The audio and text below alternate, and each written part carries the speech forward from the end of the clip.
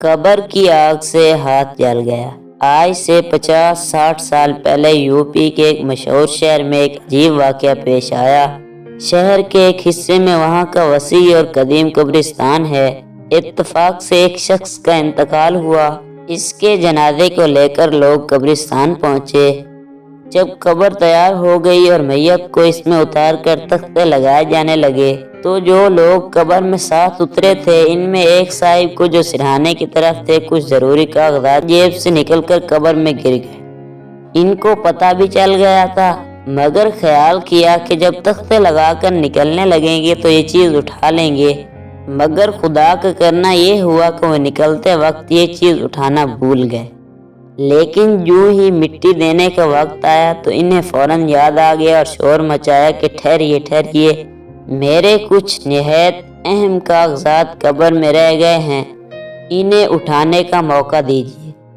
مجمع میں کچھ لوگوں نے اختلاف بھی کیا کہ اب تختے لگ جانے کے بعد قبر کھولنا مناسب نہیں ہے، مگر ان کا اصرار بڑھتا ہی رہا اور بتایا کہ اگر یہ کاغذات نہیں ملیں گے تو مجھے شدید مالی نقصان پہنچے گا۔ غرض اسی افراتفری میں مٹی ڈالنے کا کام ملتوی ہو گیا۔ سب کی رائے ہوئی کہ مفتی شہر سے مشورہ کیا جائے۔ چنانچہ صاحب معاملہ اور دوسرے لوگ فوراً مفتی شہر کے پاس پہنچے اور سارا واقعہ بیان کیا۔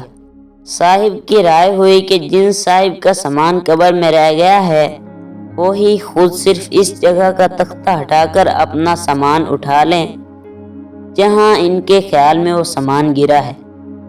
یہ لوگ فوراً قبرستان واپس آئے جہاں لوگ ان کا انتظار کر رہے تھے اور مفتی صاحب کی رائے سے سب کو مطلع کیا۔ بالآخر سب لوگوں نے صاحب معاملہ کو اجازت دے دی کہ آپ کو جس جگہ اپنا سامان گرنا یاد ہو صرف اسی جگہ سے تختہ ہٹا کر اٹھا لیجیے۔ انہوں نے کہا مجھے اچھی طرح سے یاد ہے کہ وہ سرہانے گرا تھا۔ چنانچہ انہوں نے سرہانے سے ایک تختہ ہٹا کر جیسے ہی اپنا ہاتھ قبر میں ڈالا فوراً چیختے ہوئے ہاتھ باہر نکال لیا اور یہ کہہ کر تڑپنے لگے کہ ہاتھ جل گیا، آگ لگ گئی، ہاتھ جل گیا، آگ لگ گئی۔ لوگ حیران تھے کہ یہ کیا ہو گیا ہے۔ جیسے تیسے مٹی ڈال کر قبر تو بند کر دی گئی اور لوگوں نے ان کے ہاتھ کو اچھی طرح دیکھنا شروع کیا۔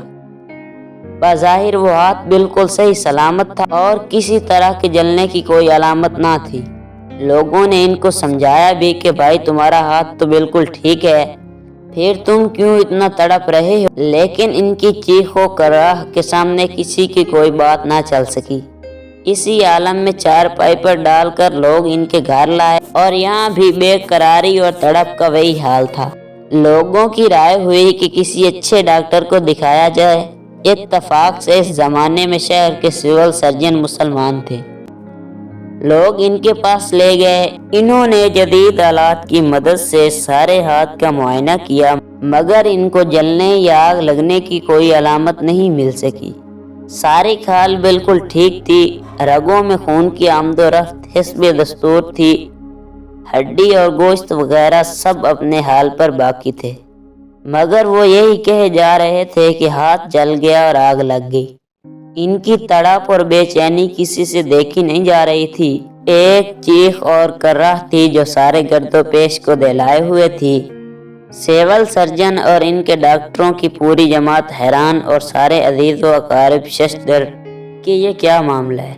اس طرح 3 دن اور 3 رات تڑپنے کے بعد وہ بھی اپنے مالک سے جا ملے۔